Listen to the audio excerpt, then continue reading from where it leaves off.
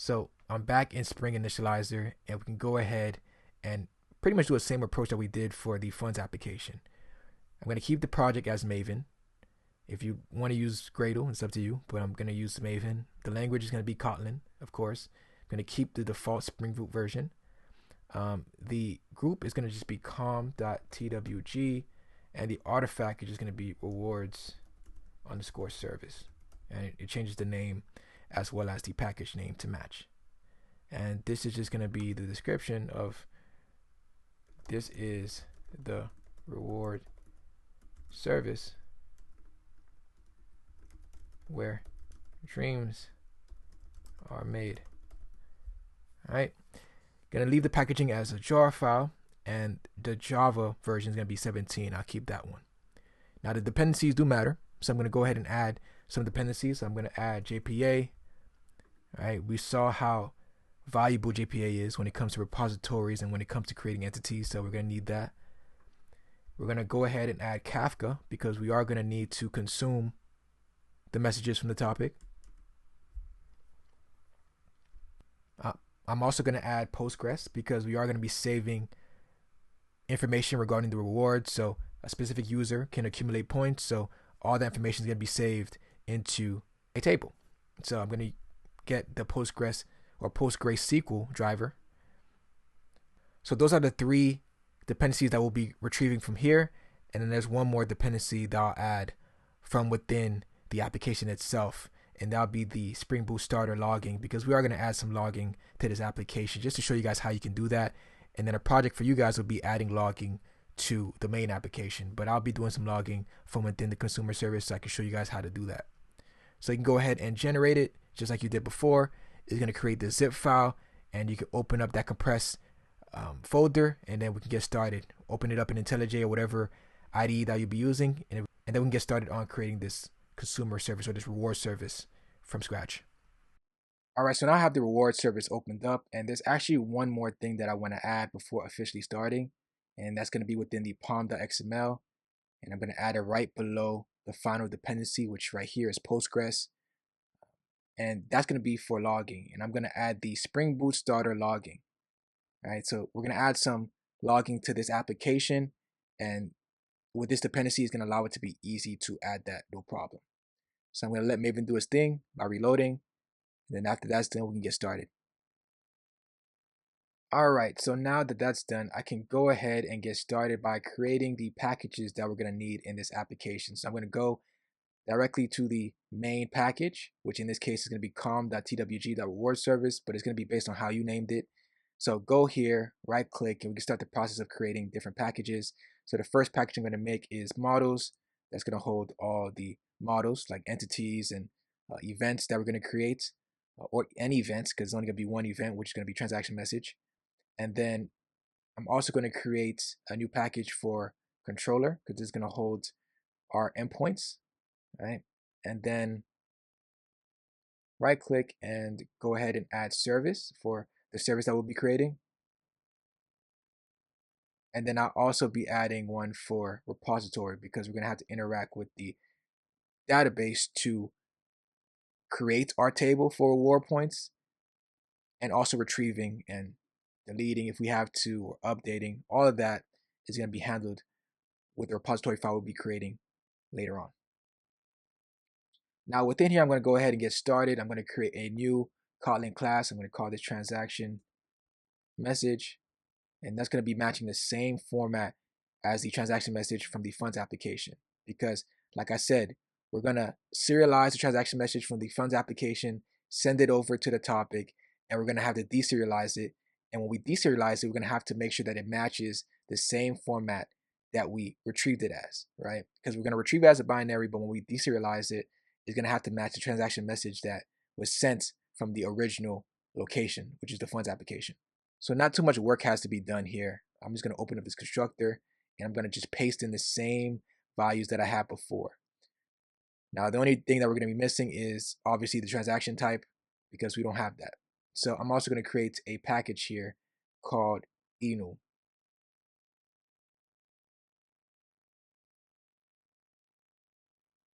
Or enums. It doesn't like enum specifically.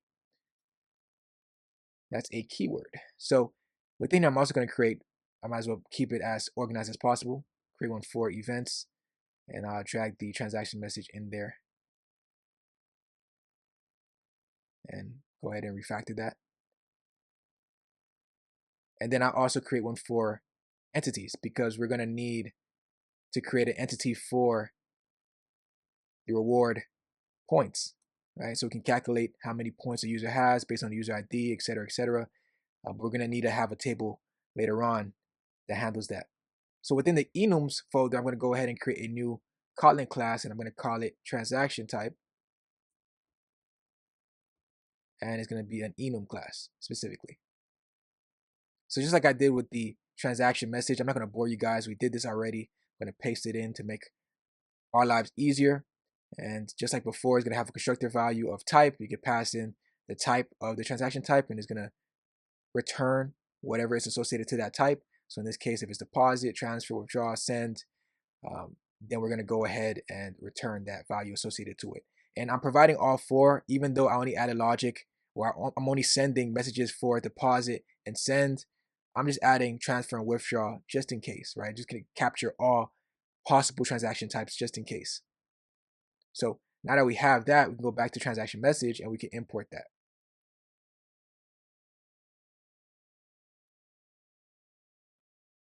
So now we have the transaction message and we should be able to deserialize it, no problem. But we're going to need to configure Kafka for this application. So we're going to go ahead and create another package called config, and we're going to handle that really quick.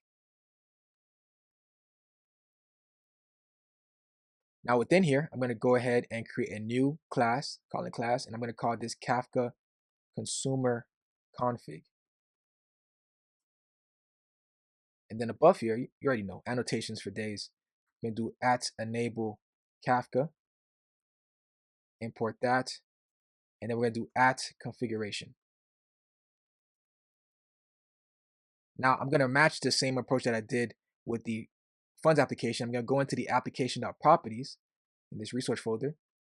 So I'm going to go ahead in this application.properties and add in the server config, which in this case is going to be where this Kafka instance is being hosted on. So localhost 9092 specifically is where this Kafka instance is being exposed on. And we're going to be able to connect and from this application attempt to retrieve items from the topic whenever they're available. So now I can go back to the Kafka consumer config and I can utilize the @value annotation to retrieve that property. So let me go below here and paste that in, import the value, and now we have access to that in this Kafka Bootstrap server variable. Now, what are we using the @enable Kafka annotation for? Well, it enables the detection of the Kafka listener, which we'll be utilizing to listen for any changes to the topic so that we can consume any messages that are placed on the topic. So this is important, especially for the Kafka consumer config. So that's the reason why we're utilizing the @enable Kafka annotation. All right, so now it's time to create the consumer factory. So what I can do is I can do @bean, because I'm gonna use the bean annotation so we can inject it where we need to. And then I'm gonna do consumer factory for the name, open up parentheses, and consumer factory is what we're gonna be returning, right? With the key of long message that we're gonna expect to consume is transaction message, right? And I open that up. Then I'm gonna have a variable called config props, and it's going to be a mutable map. And the key is also going to be string and any, just like with the producer config. And it's going to be equal to a hash map, an instance of a hash map. So it's going to be the same approach, right? We're going to have to provide some key, which is going to be a string, and then the value associated to that key to help configure our consumer. So first we got to set up the server that we expect to listen for the messages to consume.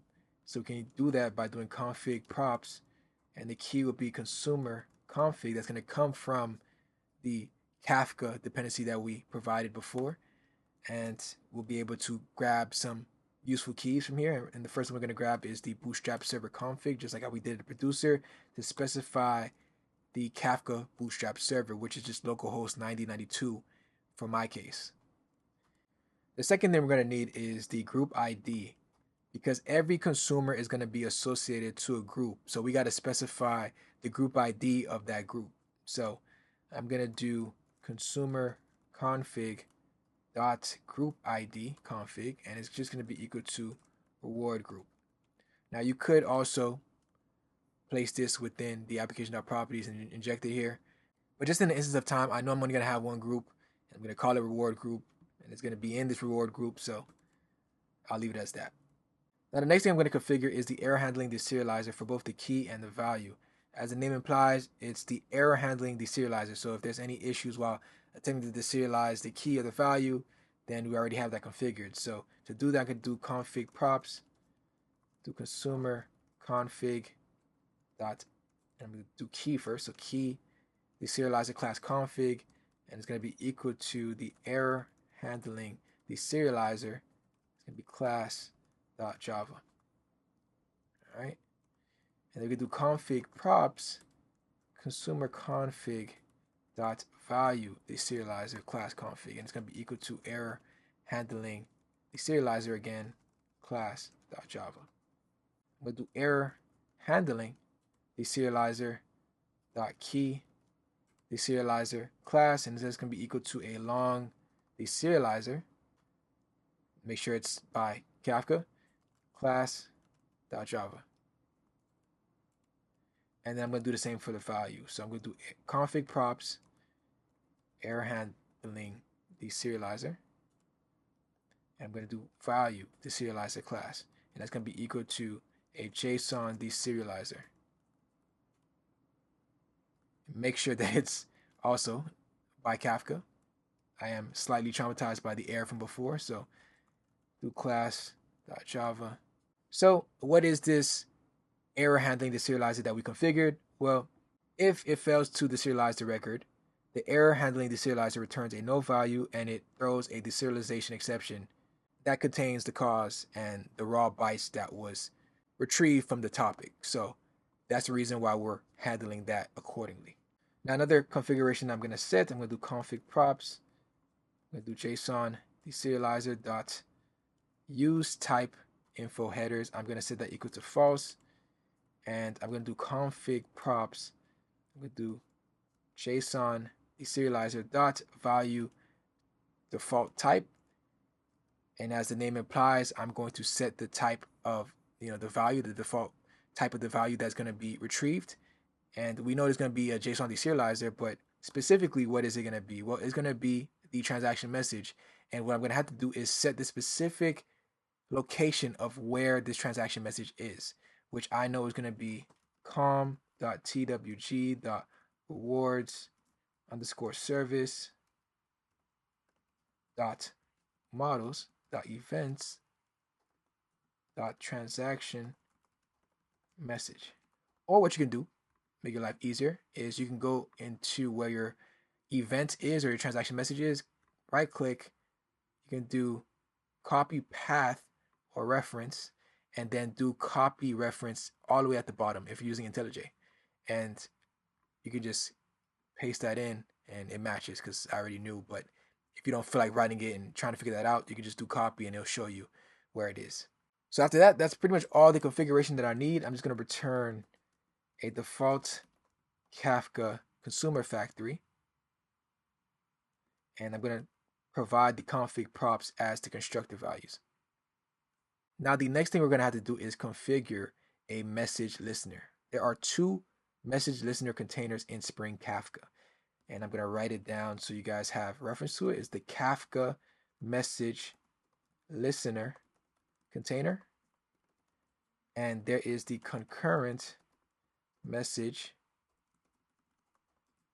listener container. Now, the Kafka message listener container receives all messages from the topics or partitions in a single thread, right? This is utilizing a single thread, right? Whereas the concurrent message listener container, as the name implies, can have concurrent capabilities, which would delegate to one or more instances of the Kafka message listener container, meaning that it has the ability to utilize multi-thread consumption. So you can put multi-threaded here, right? Now you're probably wondering which one to use. Should I use the Kafka message listener container or the concurrent message listener container? And all I can say is, well, it depends. By setting, for example, the listener to the concurrent message listener container and making it multi-threaded, it means that each thread operates independently and can process messages concurrently. Now, that may be good if you want to increase the throughput of the amount of messages that you process, and it will distribute the workload of the messages that come through. So, for example, if you have 6 partitions and you set the concurrency to utilize 3 threads, then each thread will handle 2 partitions, which is great. Versus if you were to utilize the single thread approach, well, all 6 partitions will be processed through that single thread.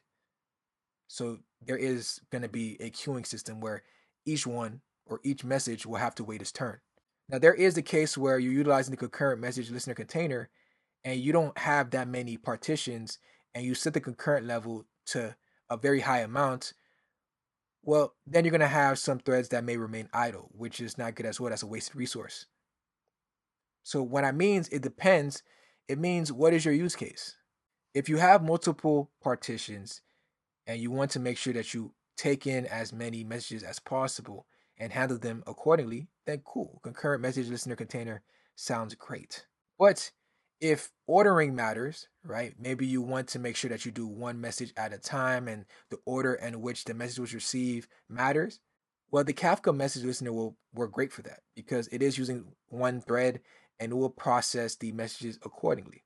And if you're not utilizing or don't expect that many messages to go through the topic, then maybe the single thread approach will also work instead of the concurrent message listener container. So you have to really see how your project is constructed, ordering, how many messages is going to come through. All of that matters, right? How many partitions is being utilized, all of that matters. So when I say it depends, it actually does depends. So what I'll be using is the concurrent message listener container only for demonstration purposes because it's not really that much setup for the Kafka message listener container. Honestly, for this type of project, and honestly, this is local, so I don't expect that many messages. I would normally utilize the Kafka message listener container, but just for demonstration purposes and just to show you guys how you can set the concurrency, I'm going to utilize the concurrent message listener container. So to do that, I'm going to also utilize the app bean annotation, right? And I'm going to do fun Kafka listener container factory, open up some parentheses, and it's going to be of type concurrent Kafka listener container factory. And I got to provide a key and a value. So the key is going to be a long and the value is going to be transaction message. And I can open that up and configure this concurrent Kafka listener container. So I could do val, and it's going to be called factory because I'm going to make it hold an instance of a concurrent Kafka listener container factory, and it's going to be of type long and transaction message. All right, it's going to hold the instance of that factory. And I'm going to set just one configuration just to show you guys how you can set the concurrency. I can do factory.set concurrency. And I can utilize an integer value. So remember, when I set up the Kafka topic, I utilized 2 partitions.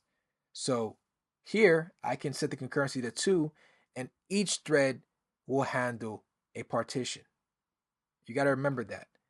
If you have, like I said in an example before, if you have 6 partitions and you set the concurrency to 3, then each thread will handle 2 partitions. You don't want to set the concurrency to 8 and you have 6 partitions and now you have 2 sitting idle while all the other threads are handling a partition.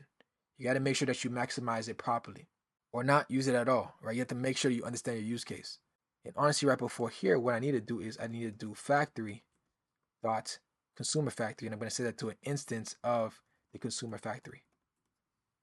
All right, so I set the consumer factory to what we have here before, right? We set the properties for that, and it's going to return a default Kafka consumer factory. And then I'm setting the concurrency to 2, so that means there's going to be 2 threads, and each thread is going to handle a partition based on the amount of partitions. And in this case, I only have 2 partitions, so 1 for each concurrency or 1 for each thread. And then return factory. So now that we have the consumer factory created and we have the Kafka listener container factory created, what needs to be done is creating an actual Kafka listener that will listen for any events that hits the transaction topic. So I'm going to create a service called a Kafka consumer service, which will listen to any events that happen on the transaction topic and will then consume that message into the format that we expect.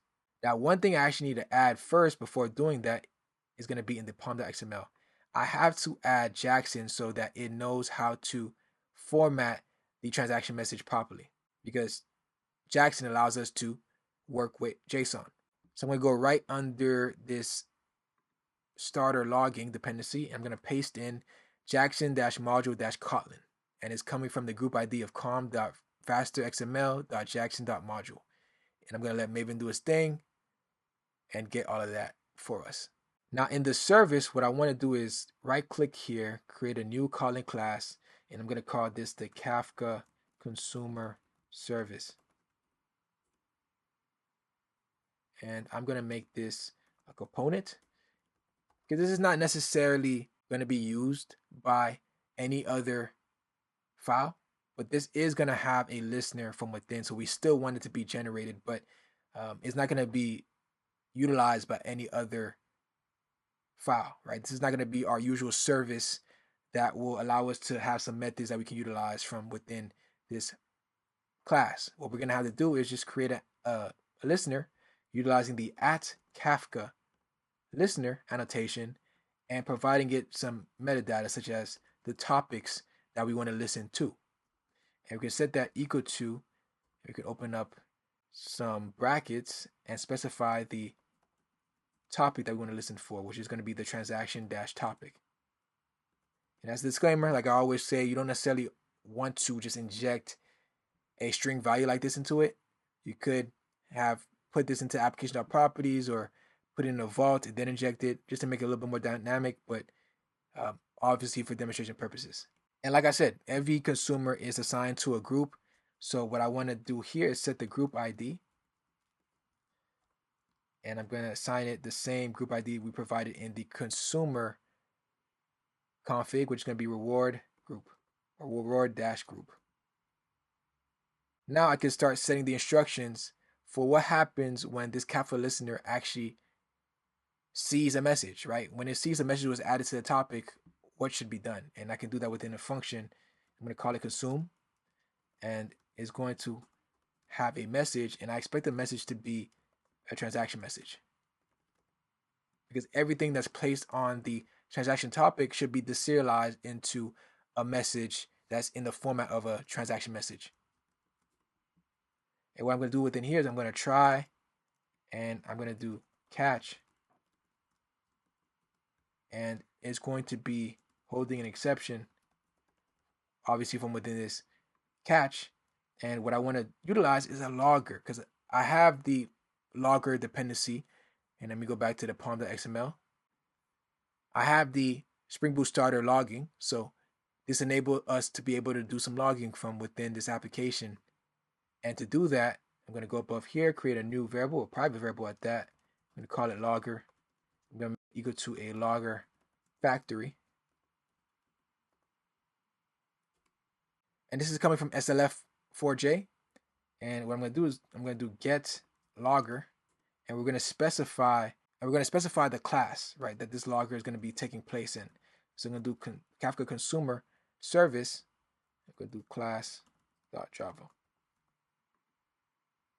Now, within here, I can go ahead and utilize that logger, because now we have a variable called logger, and I can create different types of logs. So I can do logger.info to provide some info on what's going on within this try.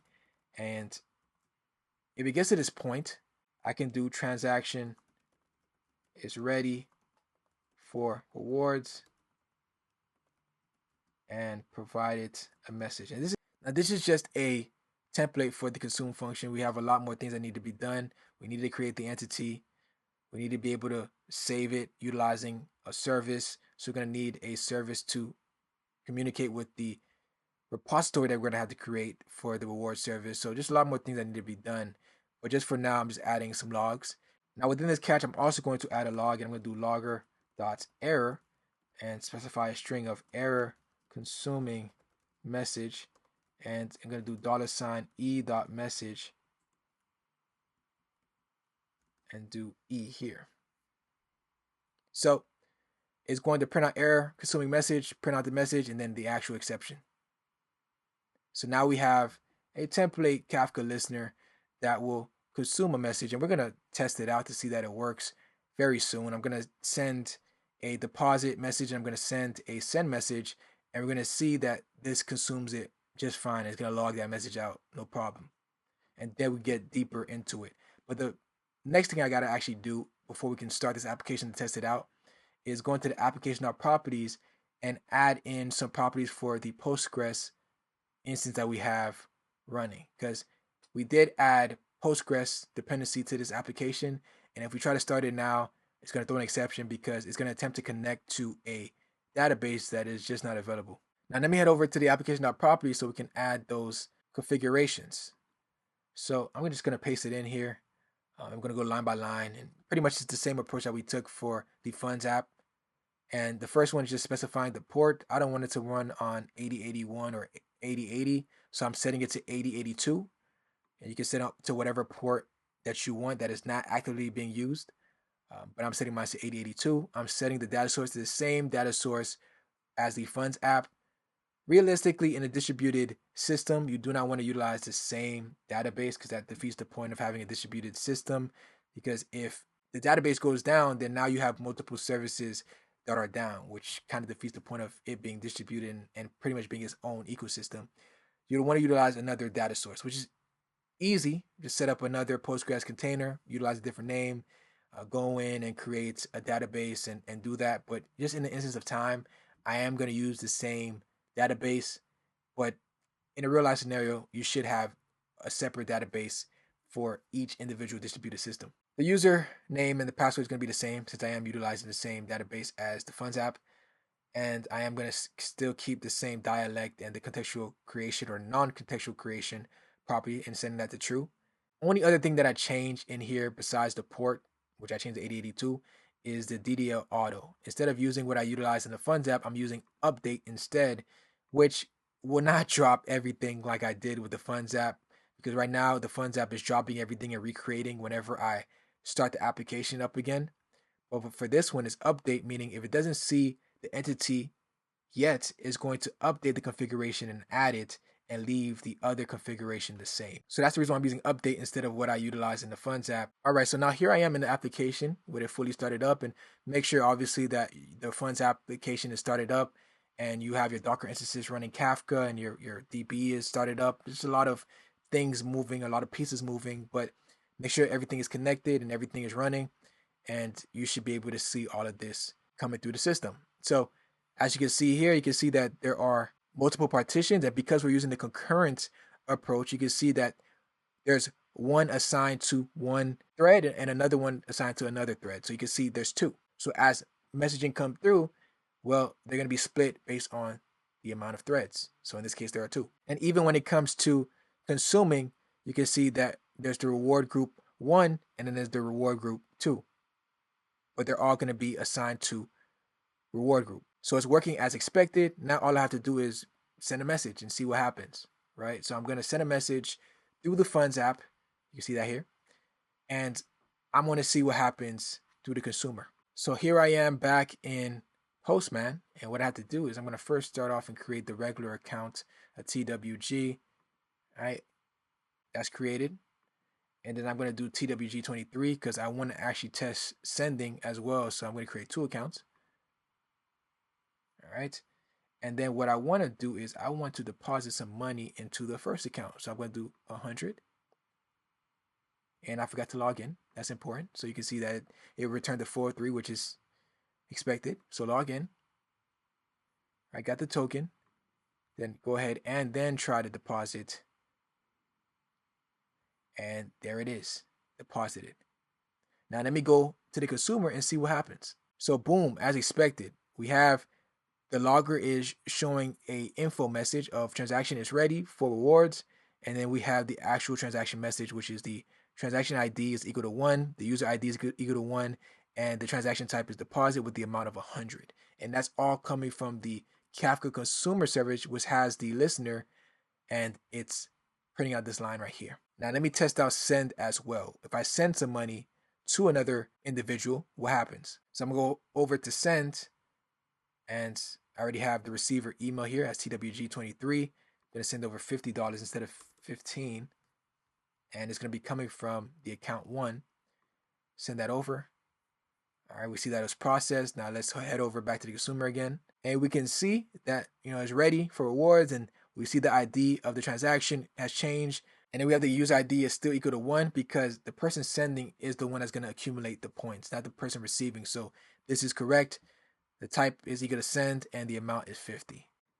All right, so the next thing I'm going to need is I'm going to need to create an entity because yes, we're able to consume the message and log it perfectly, but we need to actually place values into a table because when a user needs to know how many reward points they have, well, they need to be able to keep track of that. And every message that comes through, we need to be able to save it so that the system can keep track of it. So I'm going to need an entity or create an entity for the reward points. And I'm going to call it rewards. So I'm going to create a new Kotlin class called rewards. And the same approach of using the annotation, so at entity. All right. And then at table. Specify the name, but the new name is going to be rewards. Then within here, I can start setting the properties for this entity. So first is going to be the ID, right? This is going to be the primary key, and I can import that.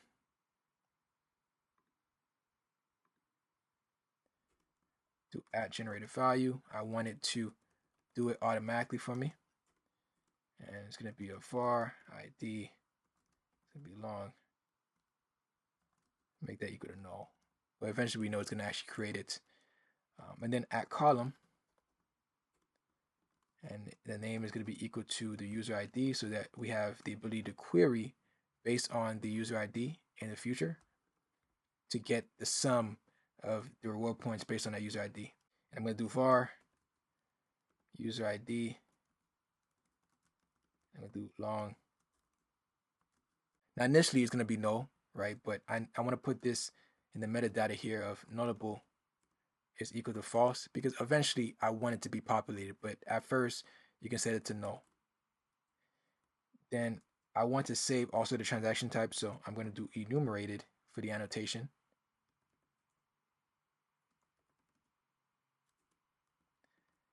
Provide it to be enum type string. Then I'm going to do at column, and I want nullable to be equal to false. This shouldn't be nullable. And the name is going to be transaction type, and it's going to be of type transaction type.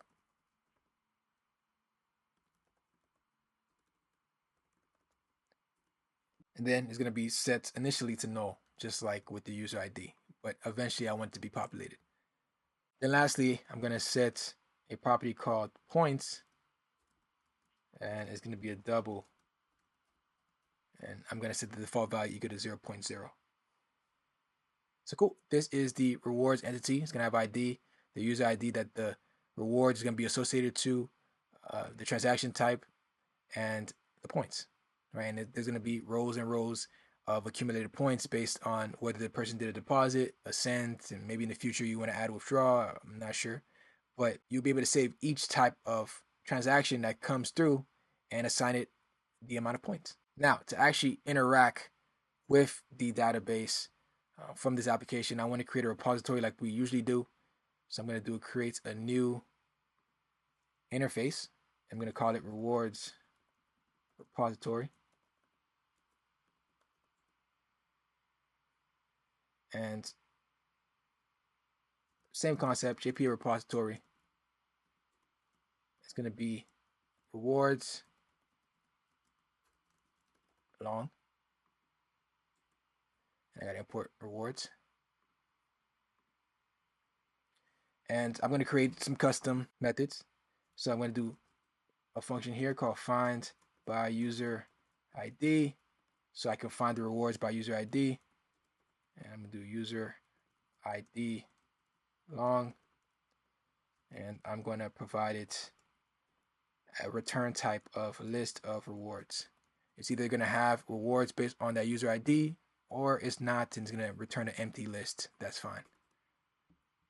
The next one is going to be utilizing a raw query string, right? I didn't really use that too many times, but I am going to utilize it here. So I want to calculate the total points based on the user ID specified. So I'm going to call this total points, and I'm just expecting the user ID to be passed, and it's going to be a type long,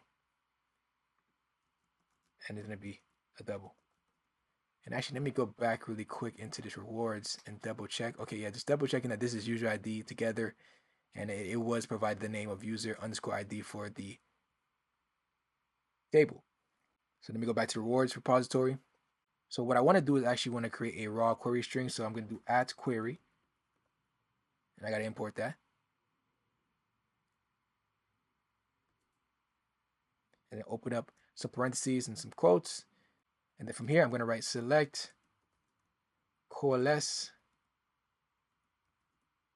I believe I spelled that properly, but coalesce, just make sure that when handling sum, if there isn't any items associated to this user ID and we try to do a sum on essentially what might be null, it's going to default to 0. So there may be a case where we don't have a user in here with that user ID. Well, if we don't, and it's for some reason it's returning null, they just default to 0 instead. So within that, we can attempt to do the sum. And then within that, we're going to sum the points. I'm going to do r.points, because soon I'm going to be associating the rewards, or each row in the rewards that was returned to this instance of r.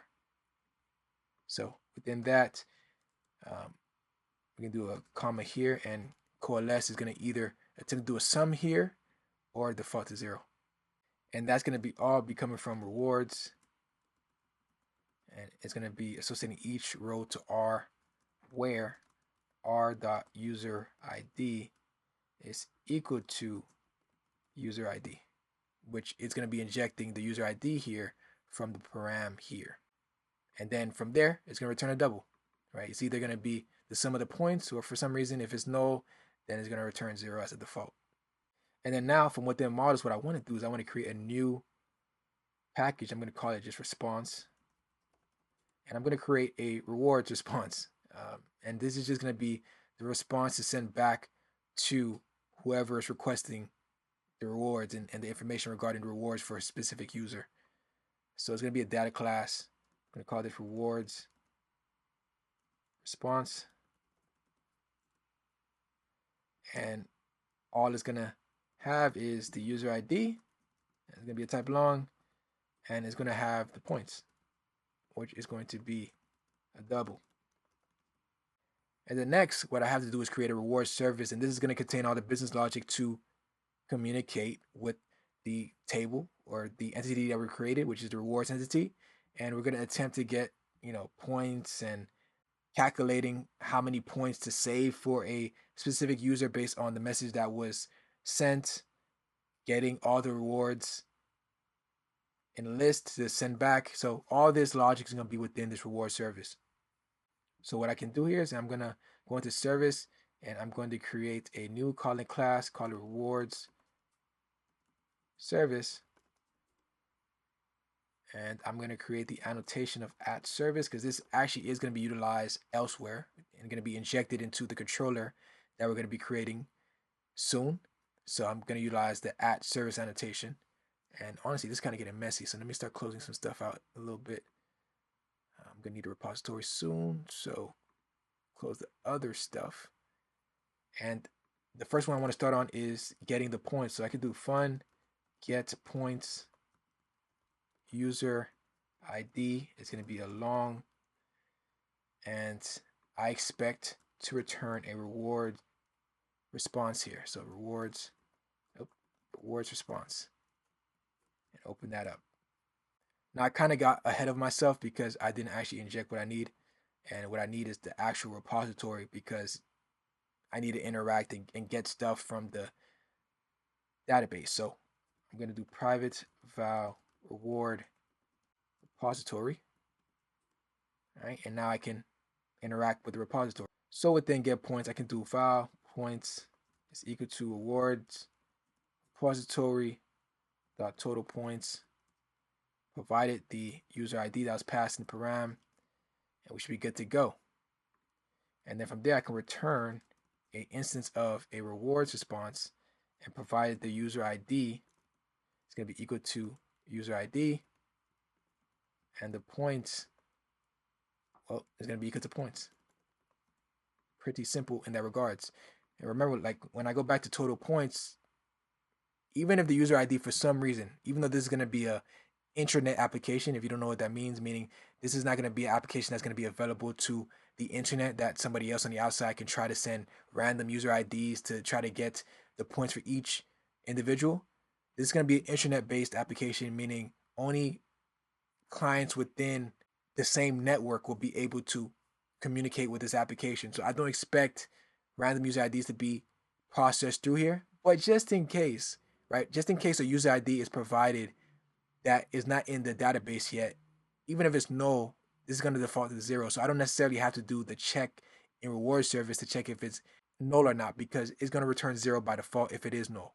This may have been a user that never even made a deposit or a send or did a send, and they're trying to get how many points they have when they don't have any. So if they don't, then it's going to be 0, which is fine. Or in cases where for some reason somebody's sending random user IDs and trying to break the system, well, if you try to provide a random user ID, I'm not going to return no, or I'm not. This system's not going to break. It's just going to return 0, right? There is no points associated to that user ID, which is fine. Now the next method I want to create is get rewards. I'm going to do find get rewards, and this is just going to return how the rewards were saved based on the transaction that was sent. So it's going to give information regarding how much points you accumulated based on a specific transaction that you did in the past. So I'm going to do user ID here as a param long, and it's going to be a list of rewards. Right. So if you want to see history regarding the points that you accumulated for each transaction, then you can do that. So open this up, and it's really going to be relatively simple. It's just going to be return rewards repository dot find by user ID, and you can just provide the user ID here. And by default, right, if there are no rewards based on this user ID, then it's just going to return an empty list. So that works as well. If it's like a random user ID or if there's no rewards based on that user, then it's going to return an empty list. There's no problem there.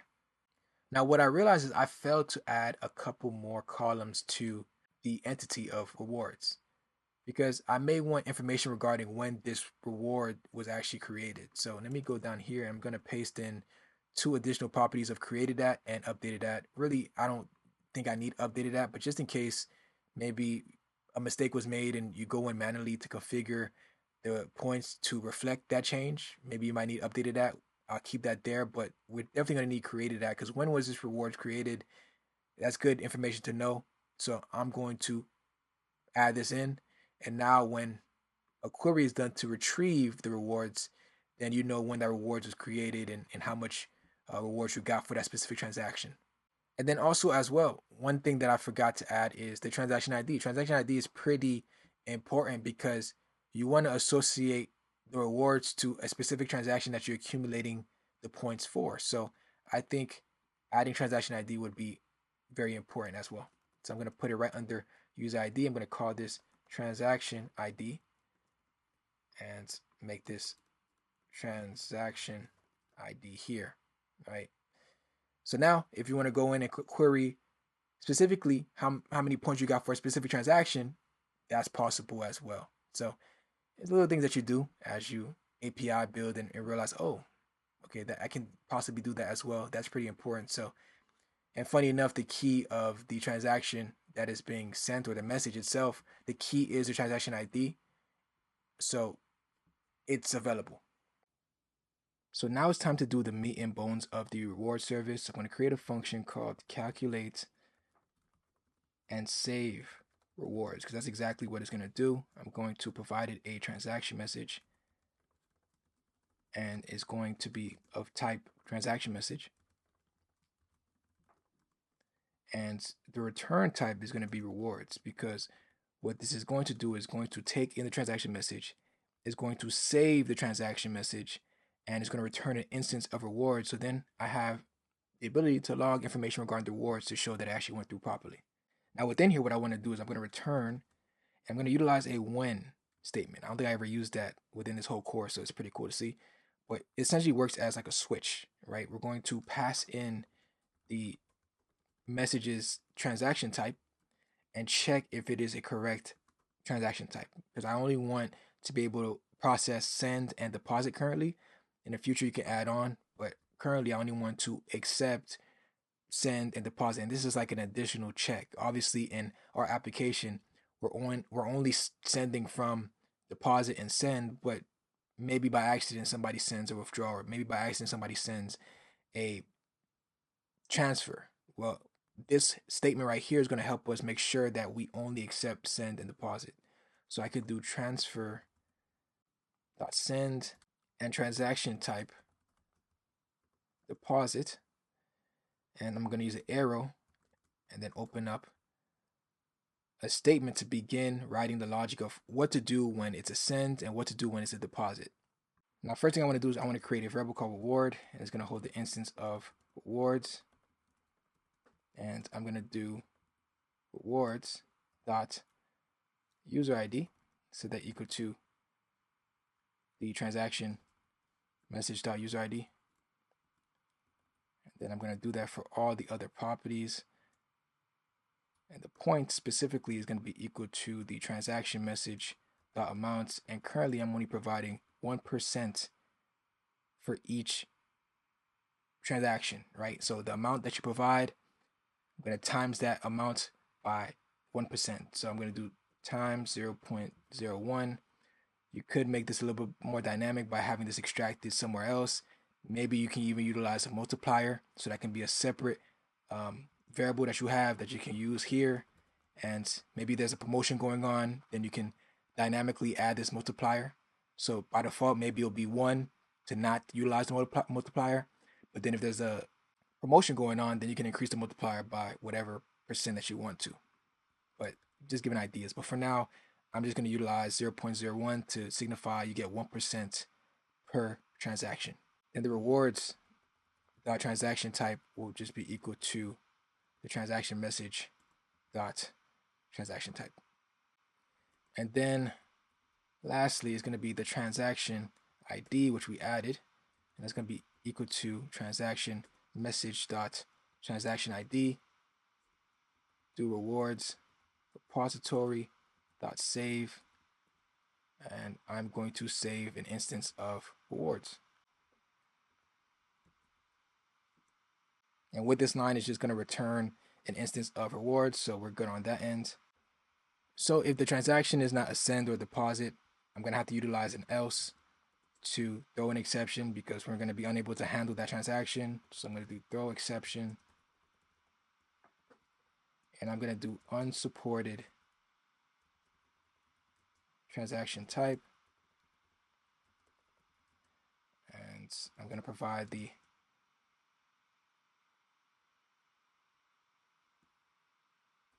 transaction type.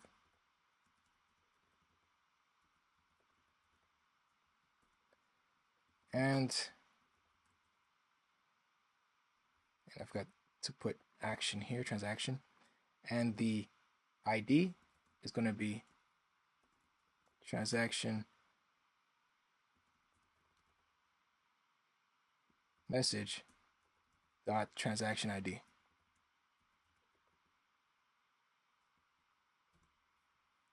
And then above here, I'm just going to add a logger, right? So I'm going to do logger dot error invalid transaction type for specific transaction, and provide the transaction ID. Just for monitoring purposes, we can see exactly when that occurred and the ID for that specific transaction. And I forgot to use the arrow here.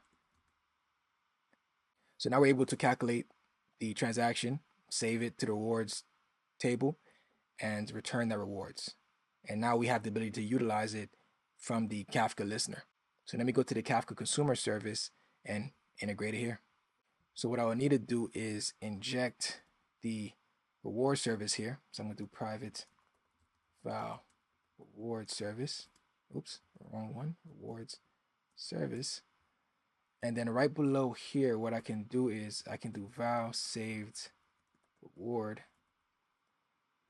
and it's going to be equal to reward service dot calculate and save rewards, pass it the message, and then I'm going to add one more logger just to show that it actually went through properly. I can do reward ID and then inject that into the string, so it's going to be saved reward dot ID, and points earned is going to be saved reward dot points. And here we're able to capture the exception that was thrown if it was thrown from here. If they sent a wrong transaction type, then it'll be caught here and print out the message for that specific error. And just for extra clarity, I'll print out the ID of that specific transaction. Now we really don't need to throw anything else from here because this is not going to be communicating with the client, right? This is just going to be processing messages. So we're just going to have this logging here.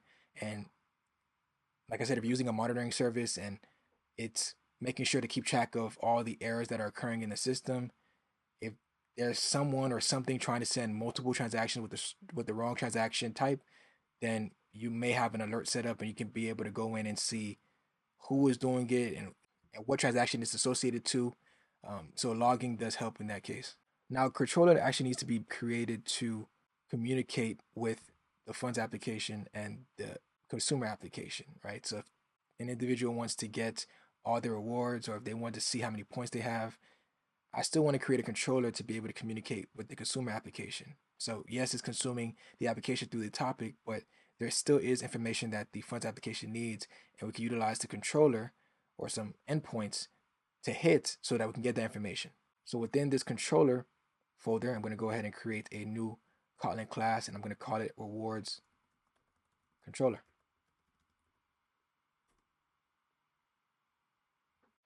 And to even utilize the controller, what I'm going to need to do is add a dependency because I forgot to add it.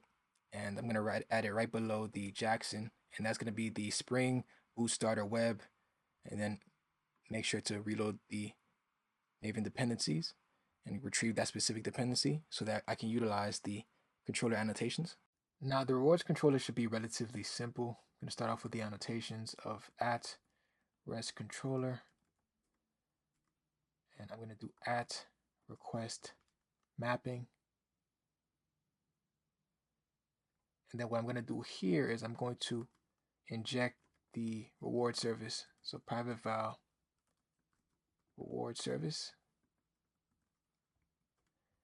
And now we can utilize the methods that we just created. So first one is going to be a get mapping. So it's going to be a get request. It's going to handle get request.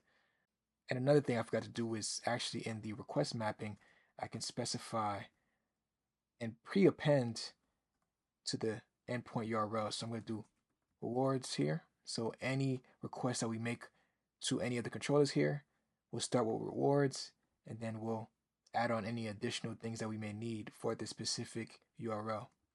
So for here, I'm going to grab the rewards or the list of rewards that is associated to a user. So I'm going to do /user ID within curly braces because I'm allowing the user to inject the user ID or specify the user ID that they want to retrieve the rewards for.